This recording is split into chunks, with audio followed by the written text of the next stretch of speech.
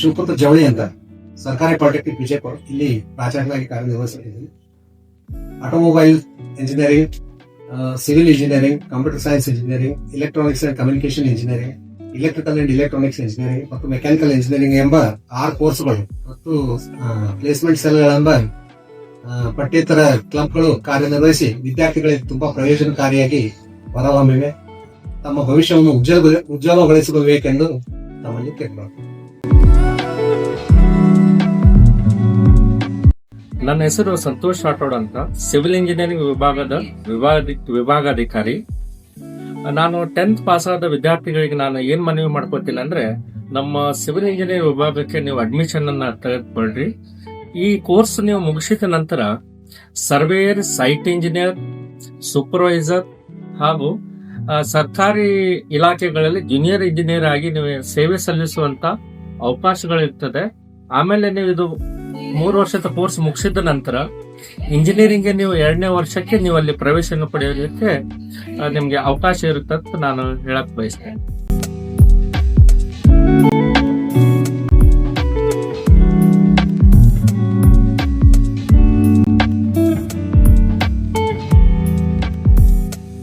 ನಮಸ್ಕಾರ, ನಾನು ಪ್ರದೀಪ್ ನಾಗನೂರ್, ಆಟೋಮೊಬೈಲ್ ವಿಭಾಗಾಧಿಕಾರಿಯಾಗಿ ಇಲ್ಲಿ ಕಳೆದ 20 ವರ್ಷದಿಂದ ಕಾರ್ಯನಿರ್ವಹಿಸುತ್ತಿದ್ದೇನೆ. ಆಟೋಮೊಬೈಲ್ ವಿಭಾಗವು ಸರ್ಕಾರಿ ಪಾಲಿಟೆಕ್ನಿಕ್ ಬಿಜಾಪುರದಲ್ಲಿ 2001ರಿಂದ ಪ್ರಾರಂಭವಾಗಿದೆ. ಇಲ್ಲಿ ಈ ಕೋರ್ಸ್ 3 ವರ್ಷದ ಕೋರ್ಸ್ ಆಗಿದ್ದು, ಇದು ಅತಿ ಏನಂದ್ರೆ ಬಹಳ ಈಸಿ ಕೋರ್ಸ್ ಆಗಿರ್ತದೆ. ಇನ್ನು ಡಿಪ್ಲೊಮಾ ಮುಗಿಸ್ಕೊಂಡು ಹೋದವರು ಇಲ್ಲಿ ಅನೇಕ ಹುದ್ದೆಗಳಲ್ಲಿ ಕೆಲಸ ಮಾಡಬಹುದು, ಅಥವಾ ಮಹಿಂದ್ರಾ ಕಾರ್ಗಳಲ್ಲಿ ಅನೇಕ ಹುದ್ದೆಗಳು ನಿಮಗೆ ಇಲ್ಲಿ ಲಭ್ಯವಾಗುತ್ತವೆ. ನಮಸ್ಕಾರ, ನನ್ನ ಹೆಸರು ಗುರುರಾಜ್ ದೇಶಪಾಂಡೆ ಅಂತ. ಕಳೆದ ನಾನು 15 ವರ್ಷದಿಂದ ಸರ್ಕಾರಿ ಪಾಲಿಟೆಕ್ನಿಕ್ ಆಟೋಮೊಬೈಲ್ ವಿಭಾಗದಲ್ಲಿ ಆಯ್ಕೆ ಶ್ರೇಣಿ ಉಪನ್ಯಾಸಕನಾಗಿ ಸೇವೆಯನ್ನು ಸಲ್ಲಿಸುತ್ತಿದ್ದೇನೆ.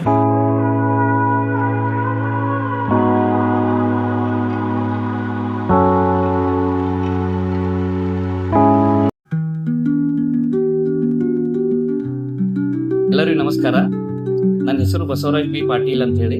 ನಾನು ಆಯ್ಕೆ ಶ್ರೇಣಿ ಉಪನ್ಯಾಸಕ, ವಿದ್ಯುತ್ ಮತ್ತು ವಿದ್ಯುನ್ಮಾನ ವಿಭಾಗ ಹಾಗೂ ವಿಭಾಗಾಧಿಕಾರಿಗಳಾಗಿ ಕಾರ್ಯನಿರ್ವಹಿಸ್ತಾ ಇದ್ದೀನಿ.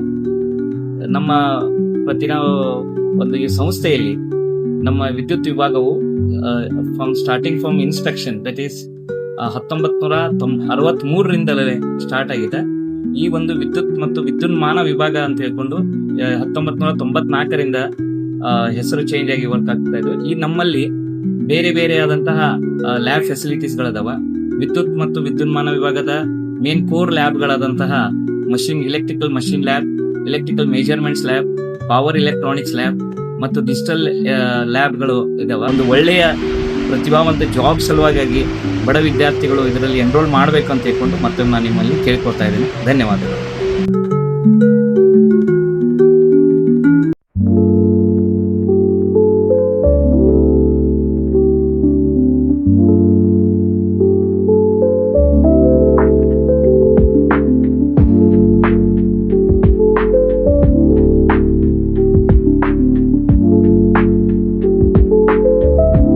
ಮಾದೇವರಾವ್ ಬಿಜಾಪುರ್ ಅಂತೇಳಿ ಸರ್ಕಾರಿ ಪಾಲಿಟೆಕ್ನಿಕ್ ವಿಜಯಪುರ ಅಧೀಕ್ಷಕರು.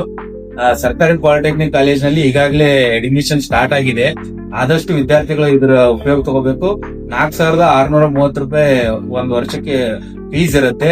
ವಿದ್ಯಾರ್ಥಿಗಳಿಗೆ ಅದ್ರ ಜೊತೆಗೆ ಸ್ಕಾಲರ್ಶಿಪ್ ಕೂಡ ನಾವು ಇಲ್ಲಿ ಕೊಡ್ತಾ ಇದೀವಿ. ವಿವಿಧ ಸ್ಕಾಲರ್ಶಿಪ್ ಇದಾವ.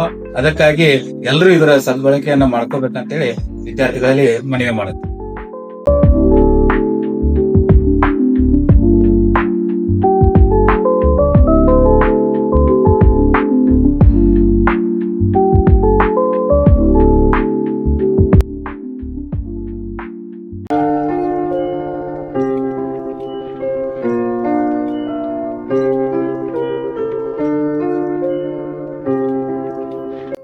ಎಲ್ಲರಿಗೂ ನಮಸ್ಕಾರ.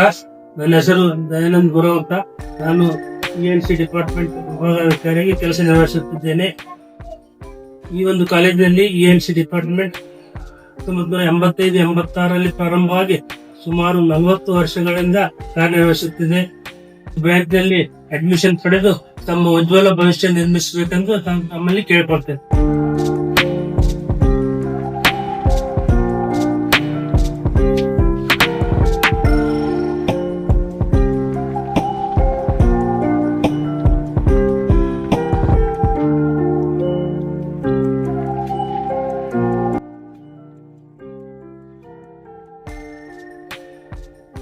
ಅಂತ ಯಾಂತ್ರಿಕ ವಿಭಾಗದ ವಿಭಾಗಾಧಿಕಾರಿಯಾಗಿ ಕಾರ್ಯನಿರ್ವಹಿಸುತ್ತಿದ್ದೇನೆ.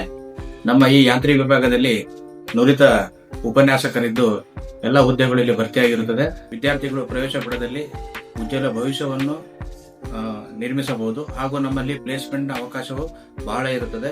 ಇಲ್ಲಿ ಯಾಂತ್ರಿಕ ವಿಭಾಗದಲ್ಲಿ ಓದಿದಂತಹ ವಿದ್ಯಾರ್ಥಿಗಳು ಬೇರೆ ಬೇರೆ ಮಲ್ಟಿನ್ಯಾಷನಲ್ ಕಂಪನಿಗಳಲ್ಲಿ ಕಾರ್ಯನಿರ್ವಹಿಸುತ್ತಿದ್ದು ಬೇರೆ ಬೇರೆ ದೇಶ ಹಾಗೂ ಬೇರೆ ಬೇರೆ ರಾಜ್ಯಗಳಲ್ಲಿ ಕಾರ್ಯನಿರ್ವಹಿಸುತ್ತಿದ್ದಾರೆ. ಇಲ್ಲಿ ನೀವು ಯಾಂತ್ರಿಕ ವಿಭಾಗದಲ್ಲಿ ಪ್ರವೇಶವನ್ನು ಪಡೆದಿದ್ದಲ್ಲಿ ನಿಮ್ಮ ಭವಿಷ್ಯ ಉಜ್ವಲವಾಗಿರುತ್ತೆ ಎಂದು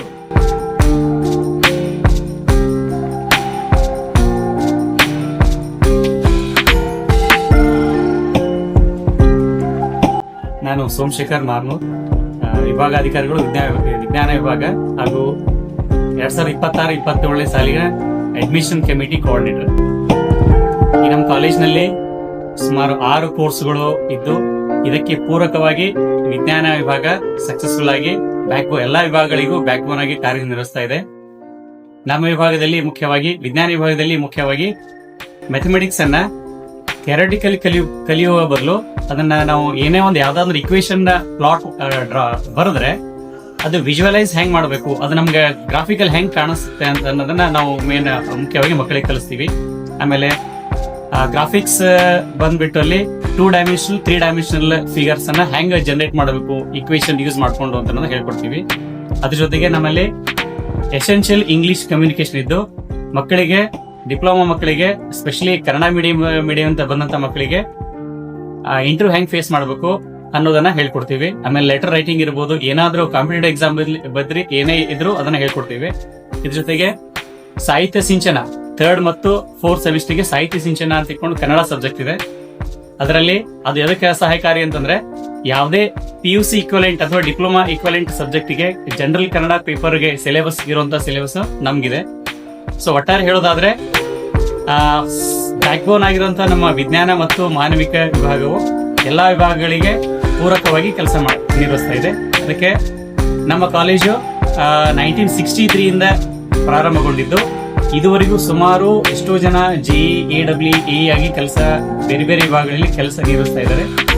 ಇದರ ಸದುಪಯೋಗವನ್ನು ಎಲ್ಲ ವಿದ್ಯಾರ್ಥಿಗಳು ಪಡೆದುಕೊಂಡು ಮುಂದುವರಿಯಬೇಕಂತ ಕೇಳ್ಕೊಂಡು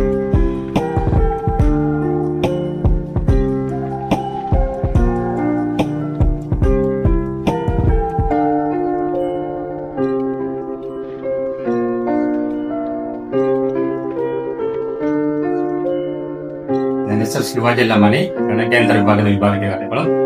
ತಾವು ಈಗಾಗಲೇ SSLC ಮುಗಿಸಿದ್ದೀರಾ. ತಾವು ಗಣಕಯಂತ್ರ ವಿಭಾಗಕ್ಕೆ ಪ್ರವೇಶ ತಗೊಂಡ್ರೆ ನಿಮಗೆ ಒಳ್ಳೆಯ ಭವಿಷ್ಯ ಇದೆ. ದಯವಿಟ್ಟು ಎಲ್ಲರೂ ಪ್ರವೇಶನ ತಗೊಳ್ಳಿ.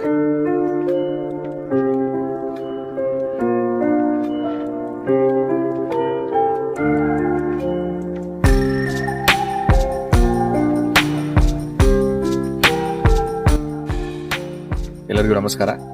ನಾನು ಪ್ರಸಾದ್ ಮಾವರ್ಕರ್ ಅಂತ ಹೇಳಿ, ನಾನು ಸರ್ಕಾರಿ ಪಾಲಿಟೆಕ್ನಿಕ್ ವಿಜಯಪುರದಲ್ಲಿ NSS ಕಾರ್ಯಕ್ರಮಾಧಿಕಾರಿಯಾಗಿ ಕಾರ್ಯವನ್ನು ನಿರ್ವಹಿಸ್ತಾ ಇದ್ದೇನೆ.